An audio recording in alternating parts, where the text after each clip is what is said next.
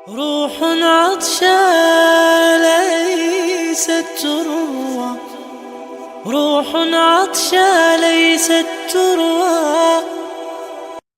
بسم اللہ الرحمن الرحیم، الحمدللہ والصلاة والسلام علی رسول اللہ۔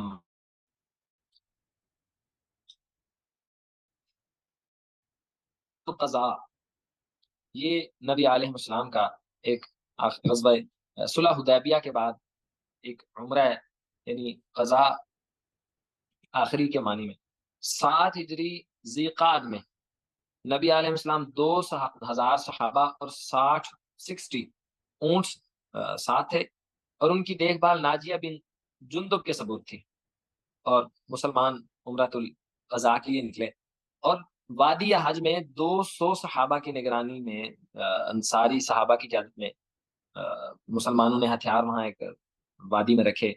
اور یہاں سے پتہ لگتا ہے کہ دیکھیں نا، صلح حدیبیہ کے اندر کچھ شرائط ایسی تھی کہ جن کا تعلق جنگ بندی سے تھا۔ اب مسلمان اس کے بعد عمرہ کے لیے بھی جا رہے ہیں۔ اگر آواز کا کس چیز کا ایشو تو کائنڈلی آپ بتایا کریں، شاید سب یہ سمجھتے ہیں کہ ہمارے انٹرنیٹ کا ایشو۔ اب جہاں مسلمان عمرہ کے لیے رہے ہیں، لیکن ان کے اسلحہ ان کے پاس ہیں، اور قرآن حکیم نے سے کہا وَلْيَأْخُذْ أَسْلِحَتَهُمْ، ان کو چاہیے کہ اپنا اسلحہ اپنے پاس رکھیں، سنبھال کر رکھیں۔ اور یہ 200 ہتھیار ساتھ لیے، اور نبی علیہ السلام کے آگے آگے اشعار پڑھ رہا تھا۔ کون شعر پڑھ رہا تھا؟ صحابی کا نام ہے عبداللہ بن رواحہ۔ اور بہت سارے غزوات اور جنگوں کے موقع پہ نبی علیہ السلام کسی نہ کسی صحابی سے فرماتے ہیں، کئی جگہ تو یہ بھی فرمایا کہ ان کفار کی باتوں کا جواب دیجیے اپنے اشعار کے ذریعے سے۔ تو عبداللہ بن رواحہ اشعار پڑھ رہے ہیں، مسلمانوں کے جوش اور جذبے کو گرم کر رہے ہیں، ولولا رہے ہیں، جیسے نبی علیہ السلام کی شان اقدس میں حضرت حسان بن ثابت اشعار پڑھتے تھے۔ تو درست بہترین حمدیہ اور نعتیہ، اور خاص طور پہ جذبے والی اور جہاد والی اور جنگ اور ہمت والی اس شاعری کی اجازت ہے۔ یہ جو ہے نا بالکل عشقیہ شاعری اور عبث اور فضول شاعری، اس کی تو بڑی سختی سے ممانعت اور تردید کی گئی ہے۔ وَالشُّعَرَاءُ يَتَّبِعُهُمُ الْغَاوُونَ، کہ شاعروں کی پیروی تو گمراہ لوگ کرتے ہیں۔ لِكُلِّ وَادٍ يَهِيمُونَ، کہ یہ خیالات کی وادیوں میں سرگرداں پھرتے ہیں، گھومتے پھرتے رہتے ہیں، ان کا اپنا کوئی نیریٹو نہیں ہوتا، کبھی کوئی بات کہتے ہیں، کبھی کوئی بہکی بہکی باتیں کرتے ہیں۔ تو نبی علیہ السلام طواف فرما رہے تھے، اور عبداللہ بن رواحہ اشعار پڑھ رہے تھے۔ نبی علیہ السلام 3 دن مکہ میں قیام کیا، پھر مقام صرف میں ٹھہر گئے، مگر مکہ سے نکلنے کے بعد یہاں حضرت حمزہ کی بیٹی آ کے ملی، تو ان کو حضرت جعفر رضی اللہ عنہ کی پرورش میں دے دیا، اور اسی عمرۃ القضاء کے موقع پہ حضرت میمونہ بن حارث، ان سے نبی بن حارث عامر، یہ ان سے نبی علیہ السلام کا نکاح بھی ہوا، اور یہ ہم سفر بھی ہوئی، اور یہ ابو رافع کی قیادت میں وہاں پہنچے۔ اور اس عمرۃ القضاء کے کچھ اور دیگر نام بھی ہیں، عمرہ قضیہ، عمرہ صلحہ، عمرہ قصاص، یہ اس کے نام۔ اس کے بعد موتا کی جنگ ہے۔ موتا اصل میں ایک وادی کا نام ہے اردن میں، بلقا کے قریب ایک وادی اس کا نام موتا ہے۔ اور موتا کی وجہ کیا بنائی؟ آپ میں سے کوئی بتائے گا کہ جنگ موتا کی کیا وجہ بنی؟ فتح مکہ انشاءاللہ ہم نے پڑھنا، اس کی وجہ بھی ذکر کریں گے۔ جنگ موتا کی وجہ کیا بنی؟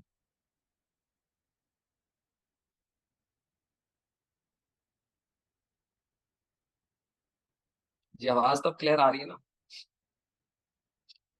ہے کسی کو آئیڈیا؟ چلیں، اس کا ہنٹ یہ ہے کہ نبی علیہ السلام نے مختلف حکومتوں کے پاس اور حکمرانوں کے پاس، سرداروں کے پاس قاصد بھیجے تھے خطوط لے کے، اس کا تعلق اس سے۔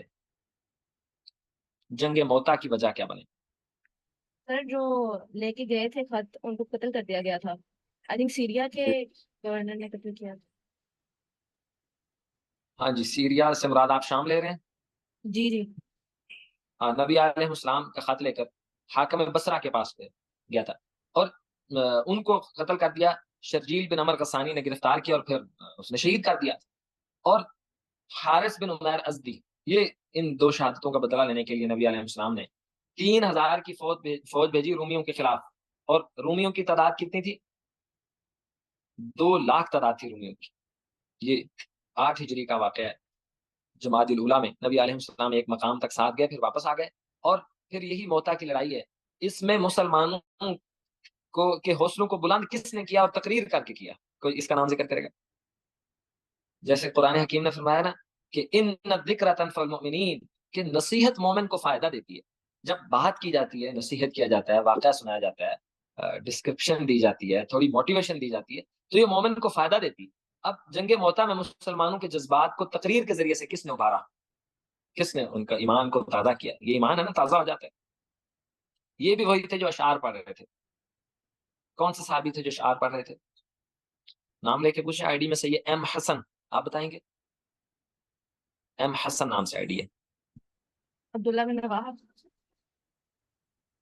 اچھا، اب بارک اللہ فیکم. جس کو آپ مینشن کریں کائنڈلی وہ اس کا آنسر کریں. بارک اللہ فیکم. عبداللہ بن رواحہ تھے. اور حضرت جعفر کو اس جنگ میں 90 سے زیادہ زخم آئے، اور موتا بھی نبی علیہ السلام نے اس میں 3 سپہ سالار مقرر کیے تھے. اور تیسرے سپہ سالار حضرت عبداللہ بن رواحہ کے بعد جھنڈا ثابت بن ارقم نے اٹھایا. 3 سپہ سالار یہ بترتیب جمع ہو گئے، شہید ہو گئے. حضرت عبداللہ بن رواحہ، حضرت جعفر، اور تیسرے کا نام ہے کسی کے ذہن میں؟ اس میں حضرت عبداللہ بن رواحہ، حضرت جعفر، اور تیسرے زید بن حارثہ. یہ 3 نبی علیہ السلام نے سپہ سالار بنایا. ایک شہید ہو جائے تو دوسرا ہو جائے تو تیسرا، جب تیسرے بھی کے بعد ثابت بن ارقم، یہ چوتھے تھے. اور حضرت خالد بن ولید نے اس میں بڑی پیاری اسٹریٹجی اپنائی. یہاں ایک دفعہ کسی نے کوشچن بھی کیا تھا. اصل میں جنگوں کے نا 5 پورشنز ہوتے تھے. ایک فرنٹ پورشن، ایک قلب، اس کو کہتے تھے قلب درمیان والا، ایک بیک پورشن، آخر. یہ 3 ہو گئے. 4th رائٹ اور 5th لیفٹ، جس کو میمنا اور میسرا کہتے ہیں. یہ ہوتی تھی جنگ لڑنے کی ترتیب. اب جنگ ہو رہی تھی بڑے زوروں شوروں سے. دیکھیں نا، 3000 کا مقابلہ 2 لاکھ سے، کوئی ریشو ہی نہیں بنتی. یعنی بات سمجھ ہی نہیں آتی کہ اتنا تھوڑی تعداد اور اتنی بڑی تعداد سے کیسے. پھر اللہ تعالیٰ اپنے بندوں کو نا یہاں سے، جب وسائل اور اسباب کی قلت ہوتی ہے. ہاں جی، عبداللہ بن رواحہ. نہیں، موتا کا مطلب یہ جگہ کے نام سے اس کا نام جنگ موتا ہے، اردن کا علاقہ، اس لیے اس کا نام ہوتا ہے. اب کل بھی یہ کوشچن ہوا ہے کہ اگر اسباب اور وسائل میں کمی ہو اور ہر طرف جھوٹ ہو اور حق والے چند، تو پھر کیا بنے گا؟ پھر یہ ہوگا جو موتا میں ہوتا ہے. اب جنگ موتا میں خالد بن ولید، پھر اللہ تعالیٰ بندے کو ایسی حکمت عملی، ایسی اسٹریٹجی عطا فرماتا ہے کہ اس کے ذریعے سے بندہ اس طرح پلان کر رہا ہوتا ہے کہ بڑے بڑے دشمن کو شکست دے دیتا ہے. میں نے آپ کو بتایا کہ کتنی جنگ کے اندر اقسام ہوتی ہیں. لشکر 5 حصوں میں تقسیم کیا ہوتا ہے. اب حضرت خالد بن ولید نے کیا کیا؟ رائٹ والے لشکر کو، میسرا اور میمنا، ان کو رائٹ والے لشکر کو کہا کہ آپ لیفٹ ہو جاؤ، لیفٹ والے کو کہا آپ رائٹ ہو جاؤ. اب جب دشمن نے یہ موومنٹ دیکھی نا، یعنی جو لیفٹ پہ لڑ رہا ہے ایک دشمن کھڑا ہے، اس نے دیکھا کہ یار اور لوگ آ رہے ہیں پیچھے سے، اور لوگ آ رہے ہیں اس طرح. تو اس نے سمجھا کہ شاید ان کے پاس پیچھے سے اور زیادہ فوج آ گئی ہے، اور زیادہ پیچھے سے بھرتی آ گئی ہے، اور زیادہ سپاہی آ گئی. اس سے ان کے اوپر خوف بیٹھ، اور حضرت خالد بن ولید کے ہاتھ سے 9 تلواریں اس دن ٹوٹی تھیں. 12 مسلمان شہید ہوئے. اور اس کے بعد بہت سارے قبیلوں نے اسلام قبول کیا. بنو سلیم نے، اشجع نے، بنو غطفان نے، بنو زیبان نے، اور فزارہ نے، انہوں نے اسلام قبول کیا. اور موتا کے بعد ان کے مسلمانوں کے خلاف حوصلے پست ہو گئے. پھر موتا کے بعد ایک فتح بنتی ہے، وہ ہے فتح مکہ. فتح مکہ کا کیا پس منظر ہے؟ 2 قبیلے تھے. ایک بنو بکر، یہ قریش کے خلیف تھے، یعنی مشرکین مکہ کے. اور دوسرے تھے بنو بکر. اس کے سردار نوفل بن معاویہ نے، بنو بکر قریش کے، اور بنو خزاعہ یہ تھے مسلمانوں کے خلیف. لیکن بنو بکر کے سردار نوفل بن معاویہ نے رات کے وقت بنو خزاعہ پہ حملہ کر دیا اور بہت خون بہا، جس پر بنو خزاعہ کے سردار عمر بن سالم، اور پھر انہوں نے اس مشکل گھڑی میں ایک جماعت نے نبی علیہ السلام سے مدد طلب کی کہ قریش نے ہمارے ساتھ بدعہدی کی، کہ یہ حلیف ان کا معاہدہ تھا کہ کوئی کسی کے خلاف لڑے گا نہیں. اور پھر نبی علیہ السلام صرف اپنے جن کے ساتھ ایگریمنٹ تھا، میں یہ کہہ رہا ہوں دیکھیں یہ فاتح اسلام کی غیرت میں، صرف وہ قبیلے جن کے ساتھ ایگریمنٹ تھا، جب ان پہ کسی دشمن نے حملہ کر دیا تو اپنے عہد کی وفا کے لیے، اپنے وعدے کی وفا کے لیے نبی علیہ السلام یہ سارا سفر کر کے تشریف لے گئے، جس بنیاد پر اللہ تعالیٰ نے مکہ کی فتح مسلمانوں کو نصیب فرمائی. تو نبی علیہ السلام وہاں سے نکلے. ابو قتادہ، یہ مکہ کی فتح سے پہلے ایک سریہ بھیجا گیا، وہ حضرت ابو قتادہ کی روشنی میں قیادت میں 8 صحابہ کا یہ دستہ بھیجا گیا. اور فتح مکہ کی خبر ایک حاتم بن ابی بلتہ نے اپنے اہل و عیال کے لکھ دی کہ مسلمان آپ پہ یہ اس طرح حملہ کرنا چاہتے ہیں. تو جس عورت کے ہاتھ بھیجی اس کا نام تھا سارہ. نبی علیہ السلام نے 2 صحابہ کو بھیجا، حضرت علی بھی اس میں شامل تھے، کہ آپ جائیے کہ فلاں مقام پہ آپ کو ایک عورت ملے گی، اس کے پاس خط ہے، اور اس خط میں مسلمانوں کا جنگی راز ہے. یہ حاتم بن بلتہ صحابی رسول تھے اور یہ بدری تھے. بس ان سے غلطی میں یا اپنے اولاد کی محبت میں یہ ہو گیا کہ انہوں نے ایڈوانس میں ہی مکہ والوں کو خبر دے دی کہ اس طرح مسلمان آپ پہ حملہ کرنا چاہتے ہیں. اب وہ صحابہ پہنچے، عورت مل کے اس سے کہا کہ آپ پاس خط ہے؟ اس نے کہا میرے پاس تو کوئی خط نہیں. اس موقع پہ حضرت علی نے ان کو یہ دھمکایا تھا کہ میں آپ کے کپڑے اتار دوں گا. صرف ڈرانا مقصود تھا، جیسے سورۃ الحجرات میں اللہ نے کہا کہ دو مسلمانوں کی آپس میں صلح کرواؤ، اگر ان میں سے ایک صلح کی طرف مائل نہ ہو تو فقاتل التی تبغی حتی تفیء الی امر اللہ، تو جو صلح نہیں کرتا نا آپ اس کو ڈراؤ، تھوڑا سا دھمکاؤ تاکہ تھوڑا سا ٹھنڈا ہو، کول ڈاؤن ہو اور صلح کی طرف آئے. جب وہ جھک جائے تو پھر ان دونوں کے آپس میں صلح کرا لو. تو یہ حاتم بن ابی بلتہ نے عورت سے سارا سے خط وصول کیا، فرمایا کہ ہمیں اللہ کے رسول نے کہا آپ کے پاس خط ہے، وہ جھوٹ فرما ہی نہیں سکتے، تصور ہی نہیں ہو سکتا. یہی وہ عورت ہے نبی علیہ السلام نے فتح مکہ کے بعد 9 لوگوں کے بارے میں کہا تھا کہ ان کو ہر حال میں قتل کرنا ہے، اس میں وہ عورت بھی شامل تھی. اور ابو ذر غفاری کے ہاتھ میں مدینہ کا انتظام سپرد کیا اور حضرت عباس مقام جوفہ پہ نبی علیہ السلام کے ساتھ ملے اور فتح مکہ کی طرف سفر کرتے ہوئے. نبی علیہ السلام رمضان کا مہینہ تھا اور حضور صلی اللہ علیہ وسلم نے غسفان اور قدیر کے درمیان، قدیر کاف دال یہ رے، قدیر نامی چشمے پہ روزہ توڑ دیا. بڑی شدت کی گرمی تھی اور ابو سفیان کے ساتھ ہے. جب وہ مکہ سے باہر لشکر کا جائزہ لینے آیا تو بدیل بن وقار اور حکیم بن حزام تھے اور حضرت عباس نے ان کو پکڑ لیا. اور پھر مسلمانوں کو مکہ میں انٹر ہوتے ہوئے نبی علیہ السلام نے ایسی اسٹریٹجی بتائی کہ آپ نے نا تنگ جگہ سے مکہ میں داخل ہونا ہے. یعنی تنگ جگہ ہوگا نا، ایک فوجی گیا، دوسرا گیا، تیسرا گیا، تو مشرکین مکہ اور دشمنی سارے منظر کا جائزہ لے رہے تھے. جب دیکھا کہ اس طرح اتنی دیر سے فوج انٹر ہو رہا ہے تو ان کو بھی یہاں سے خوف پیدا ہوا کہ بہت بڑی مسلمانوں کی تعداد ہے. ارے اتنی بڑی تعداد تو نہیں تھی، 10,000 کے قریب بڑی تعداد تو نہیں بنتی. اور فتح مکہ کے دن نبی علیہ السلام نے جھنڈا سعد بن عبادہ انصاری کے ہاتھ میں، بعد بن قیس بن سعد اور زبیر بن عوام ان لوگوں کے ہاتھ میں نبی علیہ السلام نے جھنڈا دیا. اور یہ مکہ میں داخل ہونے کی خاص ترتیب تھی. دائیں پہلو سے خالد بن ولید، بائیں سے زبیر بن عوام، پیدل چلنے والے ابو عبیدہ بن جراح. اور نبی علیہ السلام نے انٹرو کے فرمایا ظہر الحق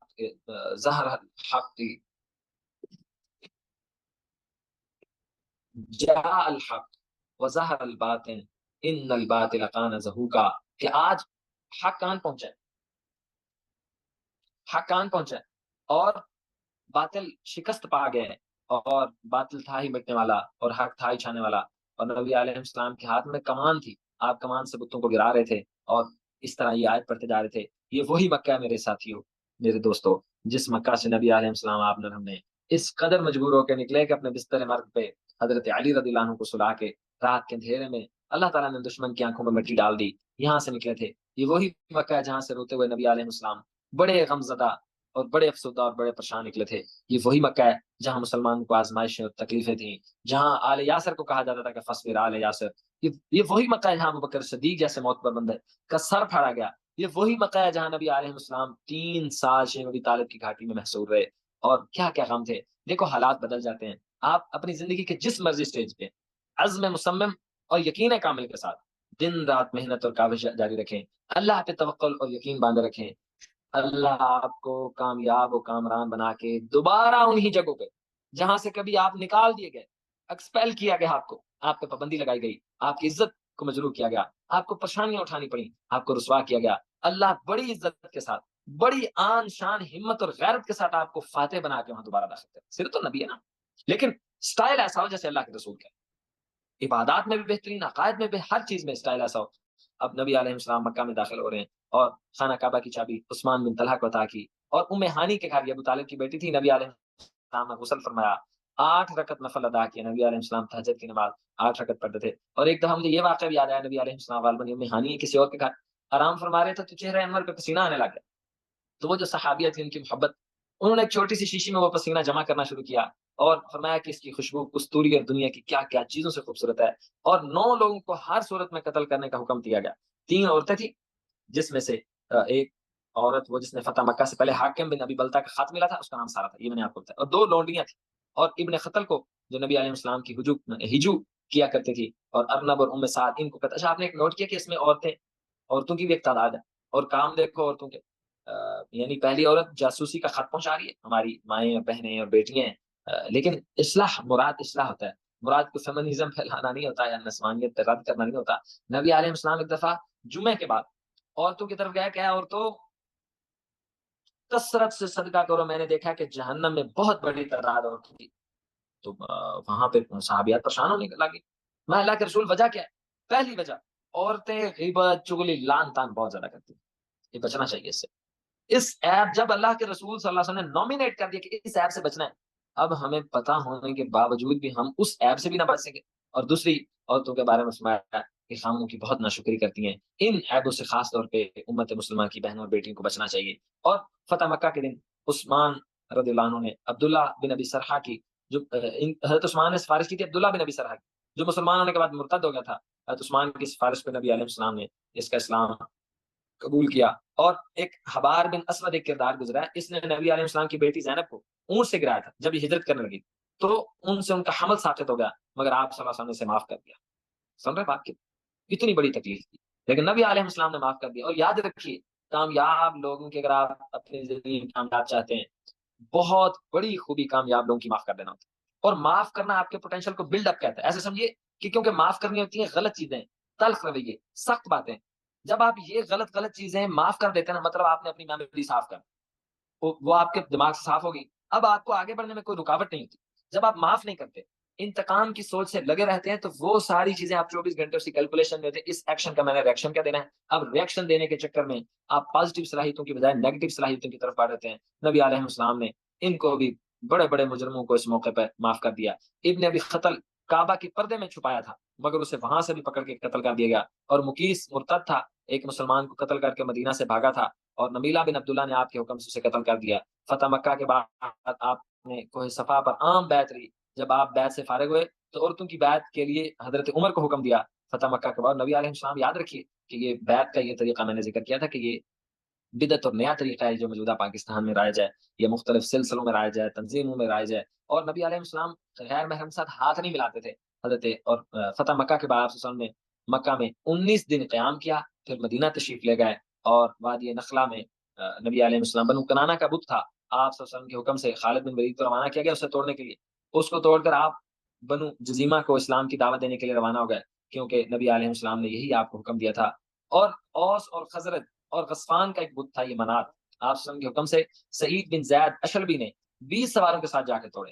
اور یہ جو بڑے بڑے بت تھے، دیکھا نا، اس بت توڑ دیا. اور آپ یاد رکھیے سعید بن مسیب تعویذ کے بارے میں فرماتے تھے، نبی علیہ السلام فرمایا کہ جس بندے نے کسی کا تعویذ لٹکا اور اس کو توڑ دیا، کاٹ دیا، اس تعویذ سے مراد وہ تعویذ ہے، یعنی قرآنی تعویذ کو شرک نہیں کہا جا سکتا، باقی سب تعویذوں کو شرک کہا جائے گا. چاہے کسی جانور کے گلے میں، نبی علیہ السلام نے حضرت زید کو حکم دیا تھا کہ جتنے اونٹ آپ دیکھو اگر ان کے گلوں میں کوئی تعویذ ہے، یہ عرب کے لوگ اونٹوں میں بھی ڈالتے تھے، تو سارے کاٹ دو. اور یہ حضرت سعید بن مسیب بہت بڑے مدینہ کے تابعی، یہ کہتے تھے کہ آپ کسی کے گلے میں تعویذ دیکھو اسے کاٹ دو تو یہ ایسے ہی جیسے آپ نے ایک جان کو جہنم سے نجات دلائی. یہ نبی علیہ السلام نے فتح معافی. جی یہ فتح مکہ کے بعد یہ آخری درجے کے بڑے بڑے مجرم تھے. 3 عورتیں ذکر کی جو نبی علیہ السلام کا مذاق اڑاتی تھی، نام لے لے کے ہجو کر دی، گستاخ رسول آپ سمجھ لیجیے. اور ایک وہ جس نے جنگی راز مسلمانوں کا لیک کیا، ایک وہ جو مرتد ہوا تھا اور مسلمانوں کو قتل بھی کیا تھا. اس طرح کے بڑے بڑے جرائم تھے، 3-4 کے میرے علم میں ہے. ان جرائم کی وجہ سے ان کو نبی علیہ السلام نے فرمایا کہ بعد. اچھا میں بات کر رہا تھا، تو نبی علیہ السلام نے یہ سنت مطہرہ میں حکم دیا ہے کہ جن چیزوں کا تعلق شرک کے ساتھ ہے، غیر اللہ کے ساتھ ہے، اللہ کے علاوہ کسی اور سے منسوب ہیں، یا توحید کے منافی باتیں، ان کو ختم کر دیا جائے، ان کو کاٹ دیا جائے. اور اس لیے یہ بڑے بڑے بت بھی گرا دیے گئے. جنگ حنین میں مسلمانوں کے جاسوس تھے ابو حدر اسلمی، اور مکہ کے پہلے گورنر اس جنگ کے اندر حضرت عتاب بن اسید کو پہلے گورنر مقرر کیا. آپ غزوہ حنین کے لیے روانہ ہو گئے تھے، مگر جب آپ مدینہ کے لیے روانہ ہونے لگے تو آپ کو مکہ کا والی بنا دیا گیا. حنین کے لیے 8 شوال 8 ہجری کو حنین کے لیے روانہ ہوا ہے. حنین میں مسلمانوں کی تعداد 12,000 تھی، اور 10,000 جو فتح مکہ میں سے آئے تھے، اور 2,000 نو مسلم تھے جو نئے نئے مسلمان تھے. حنین میں شروع میں ہی بھگدڑ مچ گئی، اور 2,000 کی وجہ، انہی 2,000 کی وجہ سے بھگدڑ مچی جو نئے نئے مسلمان آئے تھے. اور نبی علیہ السلام نے اس میں اللہ اکبر صفوان بن امیہ سے 100 زریں معالات و اوزار ادھار مانگی تھی. اور 10 شوال کو منگل اور بدھ کی درمیانی شب اسلامی لشکر وہاں حنین پہنچا، اور میمنہ پر خالد بن ولید مسعود تھے، اور نبی علیہ السلام کی خچر کی لگام ابو سفیان بن حارث اور رقاب حضرت عباس نے پکڑی ہوئی تھی. تو نبی علیہ جب حنین میں بھگدڑ بچی تو 3 روایات ہیں. کچھ کہتے ہیں نبی علیہ السلام کے ساتھ 9 10 اور کچھ کہتے ہیں 12، اتنے آدمی باقی بچ گئے تھے. اور نبی علیہ السلام نے ایک مٹھی پکڑی اور کہا کہ شاہت الوجوہ، چہرے بگڑ جائیں، یہ کفار کی طرف پھینکی. تو اللہ تعالیٰ نے ان کی آنکھیں بھر دیں، اور 70 آدمی بنو ثقیف کے حنین کی جنگ میں قتل ہوئے. اور مسلمان 3 گروہوں میں حنین میں دشمن 3 گروہوں میں بھاگا تھا. ایک نخلا کی طرف جس کا تعاقب ربیعہ بن رفیع نے کیا، دوسرا طاؤس کی جانب جس کا تعاقب ابو عامر اشعری نے کیا، تیسرا طائف کی جانب جس کا تعاقب خود نبی علیہ السلام نے کیا. دیکھو دشمن بھاگ گئے اللہ کی مدد کے ساتھ. اور کچھ لوگوں کی کلاس نہیں جوائن ہو رہی، کائنڈلی لیٹ ان کریں.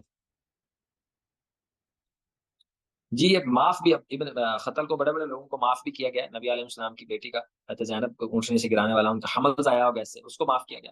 اور عام معافی کا اعلان کیا گیا.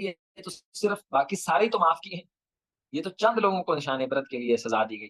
اچھا حنین میں نا مال غنیمت بہت مسلمانوں، 4000 اوکی چاندی، 24,000 اونٹ، 4000 بکریاں، 6000 قیدی.